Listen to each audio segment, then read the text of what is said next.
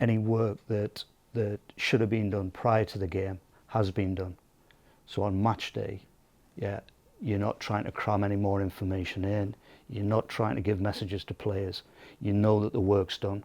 You know they've been through the processes, and now it's going to manifest itself out on the pitch. What does a coach's role look like at training, and how can they manage their time effectively here?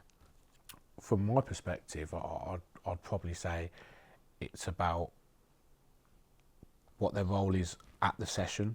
Are they there? Are they there to provide detail? Are they there to provide support and care? So it's having a real clarity. I think this was something we touched on earlier. Having real clarity about their role and their purpose on a training evening and how they can plan to deliver that the best, but also understanding the individual needs of the players. And it seems to be a continuous theme, doesn't it, that keeps going up, but understanding the needs of the players is so important, and making sure that you adapt that role towards that. In terms of the second part of the question, how can you manage their time effectively here? One thing I'd possibly say is being really clear when you get there where you're going to best spend that time. So and that comes down to, again, to the planning beforehand. So when you're there, if you know that your main job on the evening is coaching on the grass and delivering, it's making sure that you get in there, your setup is appropriate and correct with time prior to players arriving, and giving you enough time that if you're actually looking at it and it might need adjustments, you can make that. Have you also factored in the fact that you might, like you touched on, might not have the numbers, you might have less, you might have more. So have you got that within the area that you're set up for, and within your plan as well? And it's make sure you know what it is that you're going after as well, isn't it? And in terms of prioritising that time, well, if nothing else, what do I want them to get from this session in terms of a group of players, in terms of the individuals, and really being clear on that in your own head, because then if time does run away with you, or you know that you've got that key objective out, and then you might have, right, that's my primary objective, what are some of the secondary things that I want to get out? And again, things that might help with that, some of the coaches watching might not have the luxury of being able to set up before a session. They might be on the AstroTurf at 7 o'clock as the other team are walking off, and I think little things that can help with that are having some little set arrival activities that the players are really familiar with, that they can set up themselves. They get on with that, and that gives you that little bit of headspace, 5 or 6 minutes, right, I can get things set up and organised, and then the players are warming up themselves. Goes back to what you mentioned, Joe, around those leadership qualities, that holistic development, and it gives you the time to get things as you want them, and then we go into the session. This is my priority, this is what I want to get out, and that's all really useful, isn't it? I think you make a really great point there. Not every coach has the same luxury of having that opportunity to set up in advance. So it is, but it's knowing your setting, knowing what you're going into. So if you know that you're on at 7 o'clock and the people that are using the pitch are finishing at 7, and there is that little bit of transition, what can you help with the players to start thinking about before they actually get onto the pitch? So they're already starting to think and connect. Can you link that back to the prior sessions learning? And then, like you say, when you're on the pitch, can there be some arrival activities that they can just go straight into? And that just buys you a little bit of time to make sure that the pitch setup is appropriate for the players that you've got. One good thing about that, because obviously it's always sometimes seen as a negative, isn't it? Like not having time and setting up whilst players are there. But actually, sometimes putting a different spin on it, you actually know what players are there, so you can set your pitch sizes accordingly. So that might be another way of maximising your time and using it wisely, is really assessing who's there waiting to join your session whilst they're doing their arrival activities, and you set up accordingly. You spoke very eloquently about it isn't just about when you arrive at the session, it's all of the planning and communication before you even get there. So communicating with other members of staff in terms of whether there's any delays, any messages that might need to be relayed before you do arrive. I also like to focus on what I call the step principles. So do you know what space you've got available? Do you know what your task is, what time you've got? Yeah. Do you know what equipment you need and where you're going to get that from? And then the number of players. So in terms of your planning, you've got that all sort of clear in your own mind. It might change, but at least you've got the plan. Then being aware of what you're going to do if things change. So we've talked a lot about training sessions. We're going to flip it on its head a little bit in terms of what does a coach's role look like on match day, and how can they manage their time effectively on a match day. I think that goes back to some of the things we've talked about in terms of getting that support network around you as much as possible, whether that is an assistant coach who you work with week in, week out, or whether it is getting parents involved, whether it's other staff from in the club, and they can really help you to prioritise that time, because you mentioned earlier, Joe, about everybody's got a clear role, a defined role on match day, and hopefully that helps everything run nice and smoothly. And ideal world, the coach can just concentrate on the coaching. We know that in a lot of contexts that's not the case, and that there's 100 things to think about. But I think the better support network we can get around us to delegate some of these key tasks can really help us as much as possible to actually concentrate on helping the players in front of us get better, even though that's a match day situation as opposed to a training session. So my mind keeps flipping between sort of grassroots and the professional game, and the responsibilities of the coaches that are working in those different environments. And at grassroots level, it's, are you bringing the kit? Yeah, or do the players have the kit? Have you got additional kit? But with a pro club, again, there's some clubs have the fantastic number of staff, the kit's laid out, the pitch is sorted out, the goals are there, and the total focus does become the game. And when it's in that pro environment, any work that should have been done prior to the game has been done. So on match day, yeah, you're not trying to cram any more information in. You're not trying to give messages to players. You know that the work's done. You know they've been through the processes, and now it's going to manifest itself out on the pitch. And your role then is to observe, to notice, yeah, to be communicating with the staff. Any late messages that need to be relayed, then that's done. But it becomes more of an observational role and a management role as opposed to a coaching role on match day. Yeah, I think also, just adding on to that, what you said is having a real clarity around what is success and what are you going after on a match day. So it may look, it will look totally different for an adults team that are trying to go and get 3 points on a Saturday to a child's team that's looking at development. And how do you best support them achieving success? So like you said, is there enough detail there that can support players beforehand? So have you given clarity in the messages and real clarity in what you're going after to support the players to execute on a game day? At the same time, working with like younger players, it might be about, well, what are the key points you want them to remember and try and work on?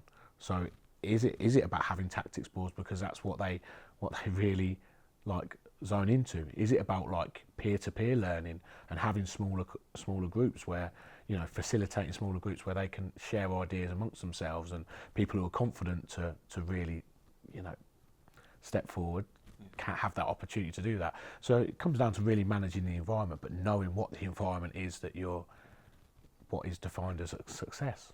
I think a key period of time to, which links to effective communication as well, is that time period we get at half time as well, in terms of prioritising what are the key messages that I want to get across, and those clear, simple messages. We've talked about maybe no more than 3, but these are the 3 things I want to get across at half time, or these are the 3 questions I want to ask my players at half time, and prioritising that little window of opportunity that we have to make sure that the second half is a really positive one. Yeah.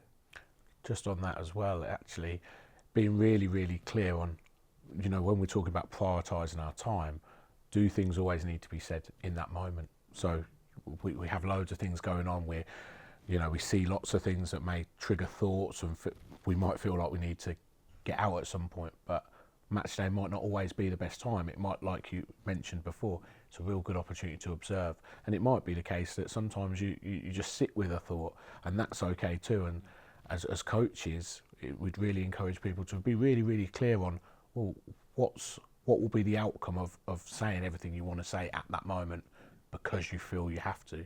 Sometimes be comfortable sitting with your thoughts, really process it, and then get real clarity across when you can. How important is it to find a way to delegate responsibilities And if it is, do you have any guidance to help coaches identify what tasks they could delegate and how to get people to support them? I saw a young coach working with some under-9 players at a development centre. And as the players arrived, he had a whiteboard. And on the whiteboard, he'd written little things about the sessions, little words that were on there.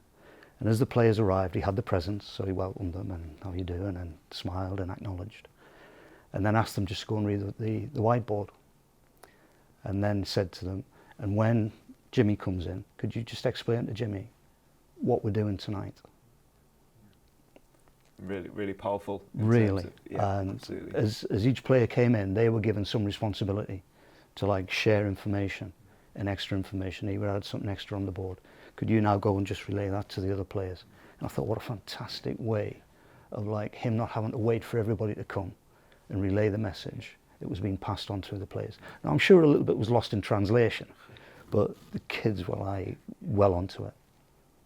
I've seen a very similar thing, but on a match day actually, and just like you said there about how that coach used other players to support other people, players learning. The same was on a match day. I observed a coach working with an under-11s group, and what she did was she asked the players who weren't on the pitch at that time. She gave them specific tasks and roles, so to observe players in their position or observe an outcome or an aspect of the game. And actually it was those players to feed back in. So when there was a natural break, when there was like they were playing thirds. So when there was a break, one of the thirds, the players would be able to feed back with each other.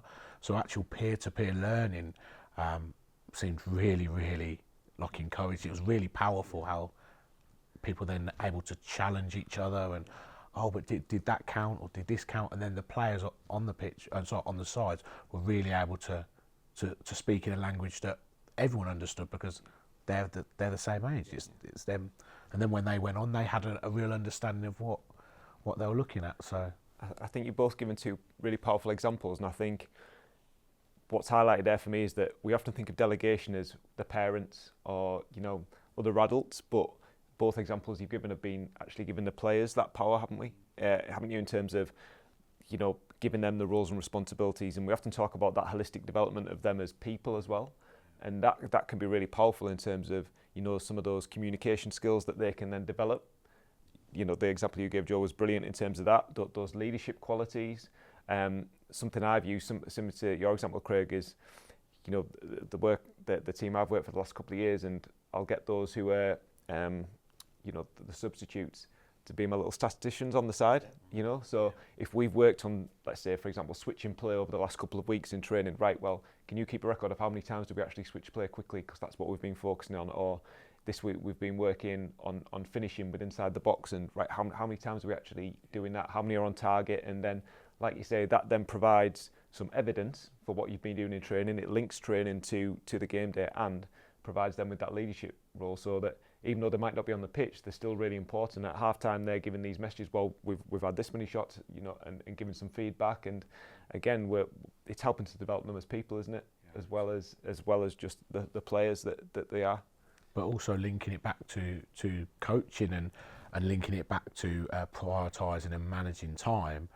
What a great way of managing time when you're including other people, and actually your focus then as a coach can go on other areas. If you've got someone looking after the stats, like the example you've said, you've got the players buying into that, and actually it stops becoming about your opinion. It starts to become about our opinion as what we're seeing, but also then you can focus on other areas. They're really powerful.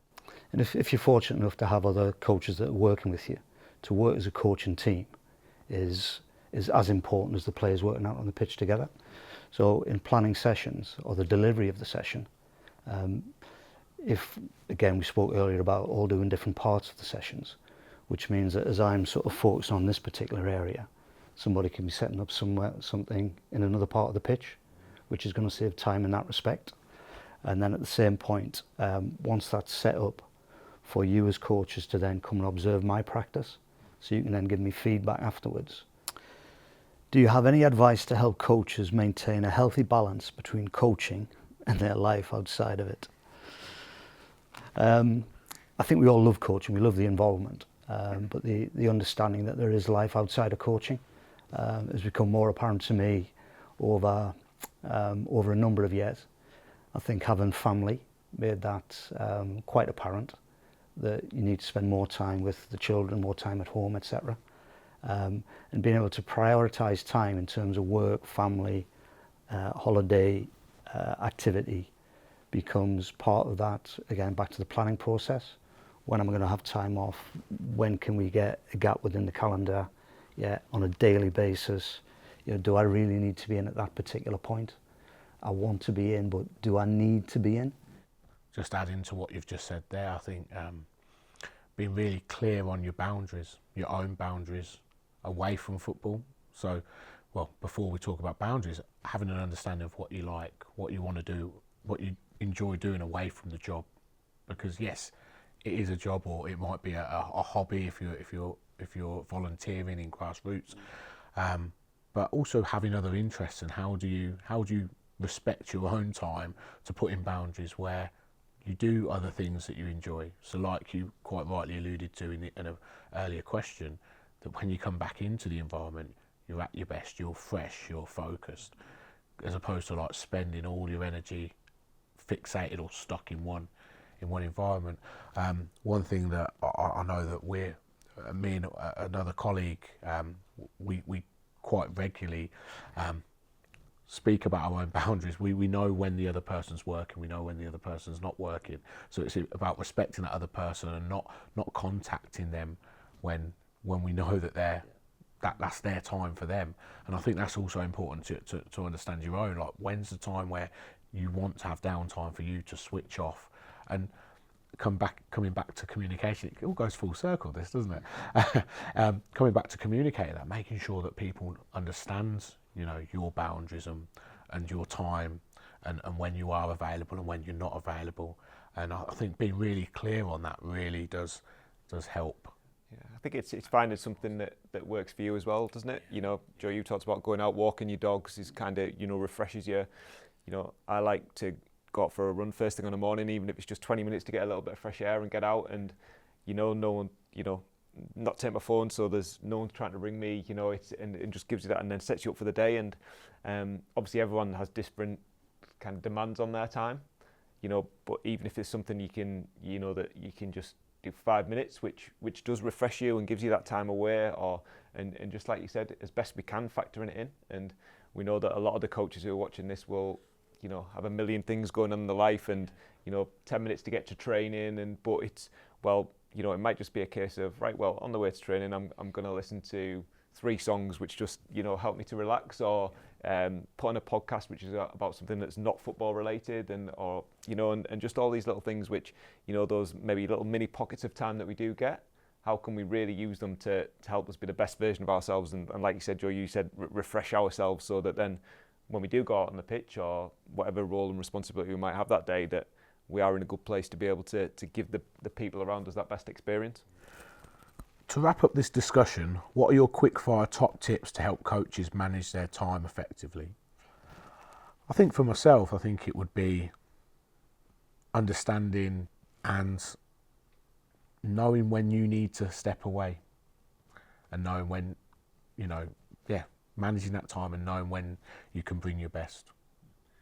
I think my top tip would definitely be seek the help of other people, and you never know what support is out there until you ask the question, whether that is from the adults that you're working with, or whether that's from the players as well, and giving them some ownership, but not being afraid to ask for help in terms of helping you prioritise what you really need to concentrate on, and other people to help you with the things that surround that.